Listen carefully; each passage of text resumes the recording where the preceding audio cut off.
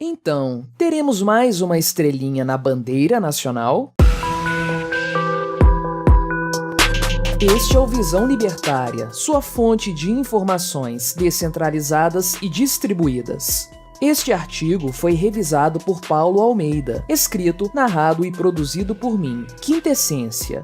Tramita no Senado Federal um projeto de lei que tem por objetivo a criação da 28ª Unidade Federativa do Brasil, um estado que nasceria da divisão do atual estado do Pará e que receberia o nome de Tapajós. Tal projeto se encontra atualmente na Comissão de Constituição e Justiça da Casa, onde já possui o parecer favorável de seu relator, o senador Plínio Valério, do vizinho estado do Amazonas. Embora a tramitação tenha sido interrompida por um pedido de vistas feito pelo senador Jader Barbalho, que, nada surpreendente, é pai do atual governador do Pará, a expectativa é de que a medida seja votada no plenário do Senado nas próximas semanas. Sendo aprovado no Senado e, posteriormente, na Câmara dos Deputados, será realizada, como previsto, uma consulta pública à população paraense, na forma de um plebiscito, a ser realizado possivelmente nas eleições federais do próximo ano. Caso a população vote majoritariamente pela divisão do Pará e pela criação do estado de Tapajós, o Congresso Nacional precisará legislar a questão por meio de novas leis complementares, a serem redigidas e votadas em tempo oportuno. Um ouvinte mais atento pode pensar neste momento: horas, mas não foi realizado um plebiscito com essa mesma intenção alguns anos atrás? De fato, no ano de 2011, a população paraense foi submetida a outra consulta popular, na forma de um plebiscito, com a diferença, porém, de que naquela oportunidade, a intenção dos legisladores era dividir o Pará em 3 estados, um dos quais manteria o atual nome, sendo que os outros 2 se chamariam Tapajós e Carajás. Naquela oportunidade, a população paraense rejeitou a divisão do estado, num resultado que teve o apoio de 2/3 dos votantes. Bom, se 10 anos atrás o povo do Pará rejeitou a divisão de seu estado em unidades menores, por que, justo agora, volta ao debate político a possibilidade de se realizar um novo referendo com uma proposta bastante parecida? A resposta para isso, caro ouvinte, é bastante simples. É assim que funciona a democracia. Em algumas oportunidades, a classe política opta por simplesmente rejeitar a opinião do público votante, como aconteceu na ocasião do referendo do desarmamento em 2005. Em outras oportunidades, porém, os políticos preferem, isso sim, realizar sucessivas votações sobre os mesmos temas, até que um resultado favorável seja obtido. É possível que estejamos vendo justamente essa segunda possibilidade sendo colocada em prática, com diversos atores políticos interessados no desmembramento do estado do Pará se movimentando para que uma nova consulta pública seja realizada. Na prática, porém, o que mudaria com a criação de um novo estado no norte do país? O que isso representaria para o povo paraense e também para todos os brasileiros? Não é segredo para ninguém que o sistema federativo brasileiro é quase uma farsa, uma vez que os estados possuem pouca autonomia em relação ao governo federal, algo muito diferente da forma como se dá o federalismo nos Estados Unidos, por exemplo. Dessa forma, a tendência é que existam poucas diferenças práticas entre um possível estado de Tapajós e o atual Pará, especialmente em assuntos relevantes como tributação e regulamentações burocráticas. Por outro lado, é fato também que a criação de uma nova subdivisão administrativa traz consigo a necessidade de se criar uma nova casta de funcionários públicos para ocuparem as secretarias, fóruns, tribunais, estruturas diversas e autarquias do Estado nascente. E, ao contrário do que uma mente ingênua possa imaginar, a divisão do Pará em 2 estados subsequentes não significará apenas uma divisão do atual quadro de funcionários públicos. A tendência é que esse número aumente, e de forma considerável, fazendo com que o somatório dos quadros públicos dos 2 estados seja muito superior à quantidade atual de funcionários públicos ligados ao estado do Pará. Afinal de contas, teríamos 2 governadores ao invés invés de um, cada qual com seu próprio gabinete, cercado de secretários bem remunerados que poderão, à sua maneira, indicar seus assessores e demais subordinados. Teríamos também 2 assembleias legislativas, que juntas somariam mais deputados do que a atual Assembleia Legislativa do Pará. Naturalmente, esses futuros deputados também teriam, à sua disposição, vários cargos comissionados. Mesmo a nível federal, também teríamos 3 novos senadores e um punhado de novos deputados federais, que ocupariam ainda mais cadeiras no Congresso Nacional. Além desse ponto, não pode ser esquecido também o considerável detalhe de que grande parte dos estados brasileiros só se sustentam graças a repasses oriundos da União. Em outras palavras, o governo federal tira impostos dos estados mais ricos para repassá-los aos mais pobres, a tal função distributiva do governo, de acordo com a definição clássica do estado. O Pará se encontra atualmente nessa situação, o que sugere que também o possível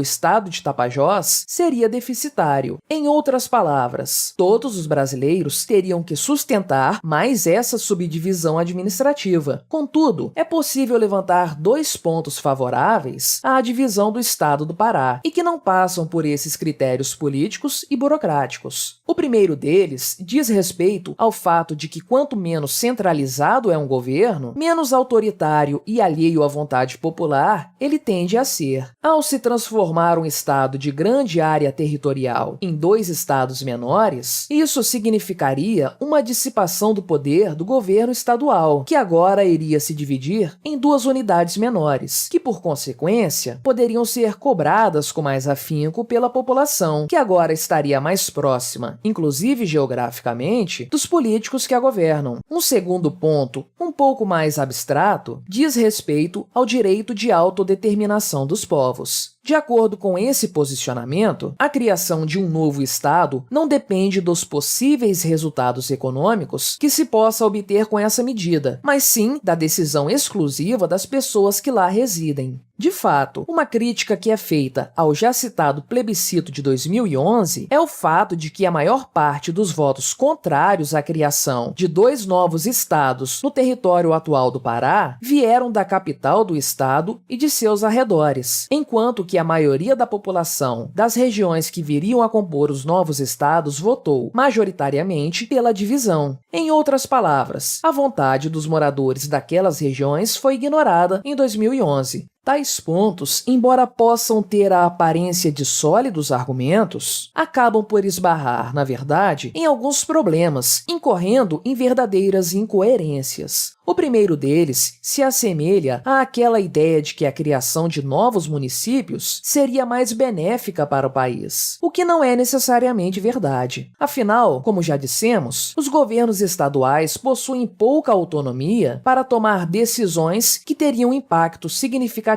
na vida da população. E aquela história toda de que o povo consegue pressionar os políticos para obter melhorias de vida, bem, todo libertário sabe que isso não passa de conversa para boi dormir. Quanto à questão da autodeterminação dos povos, precisamos aceitar o óbvio. Essa carta só é utilizada pelos políticos quando ela atende a seus próprios interesses. Afinal de contas, se, ao invés de votar pela separação do Pará, o povo de Tapajós votasse por simplesmente se separar do Brasil e constituir um novo país, sua vontade soberana seria respeitada? Ou o Congresso Nacional simplesmente iria rir do plebiscito informal, podendo eventualmente punir seus organizadores? Além disso, por que apenas a questão paraense tem sido levada em conta? Será que nenhum outro estado brasileiro possui uma população insatisfeita que gostaria de se ver livre do governo de sua capital? O que explica essa fixação política com a divisão do Pará é apenas o interesse político das lideranças envolvidas, que certamente já fazem contas com os rios de dinheiro federal que serão despejados para cobrir o rombo fiscal desse futuro estado. Pode-se perceber até aqui que não há uma solução viável para a questão da autodeterminação do povo de uma região que passe pela ação estatal. A única solução possível é, de fato, a solução libertária, que se baseia exclusivamente na questão da propriedade privada. Critérios como fronteiras, divisas e limites são totalmente arbitrários e estão sujeitos exclusivamente aos sabores políticos, sendo modificados à total revelia do povo que vive naquela região. A ética da propriedade privada é a única forma possível de se definir os limites geográficos, porque se baseia nos limites naturais da propriedade dos indivíduos. Cada um é dono daquele pedaço de terra que é devidamente utilizado, delimitado e defendido, e a vontade de outros indivíduos não pode prevalecer ali em detrimento de sua própria vontade, ainda que essa vontade comum tenha sido decidida por meio de uma consulta popular. A propriedade privada é soberana e é apenas nela que reside a forma ética de se mediar conflitos entre indivíduos. Qualquer outra tentativa de se dividir territórios esbarrará sempre na questão ética. Afinal, no plebiscito de 2011, 1/3 da população paraense foi violada em sua vontade, sendo mantida sob a jurisdição de Belém, mesmo tendo preferido se separar daquela capital. Num possível novo plebiscito, um considerável percentual dos votantes também teria sua vontade ignorada, precisando se sujeitar à maior tragédia da democracia, a ditadura da maioria. Quer resolver a questão do estado de Tapajós e de qualquer outro pedaço de terra que esteja sob disputa entre diferentes entes? Basta erradicar o Estado e suas fronteiras artificiais, permitindo aos indivíduos serem verdadeiramente livres, dentro dos limites efetivos de sua propriedade. Obrigado por sua audiência. Se você gostou deste vídeo, deixe o seu like e o compartilhe com aquele seu amigo esquerdista que ainda acredita no Estado. Se quiser ser notificado dos próximos vídeos, se inscreva no canal e clique no ícone da campainha.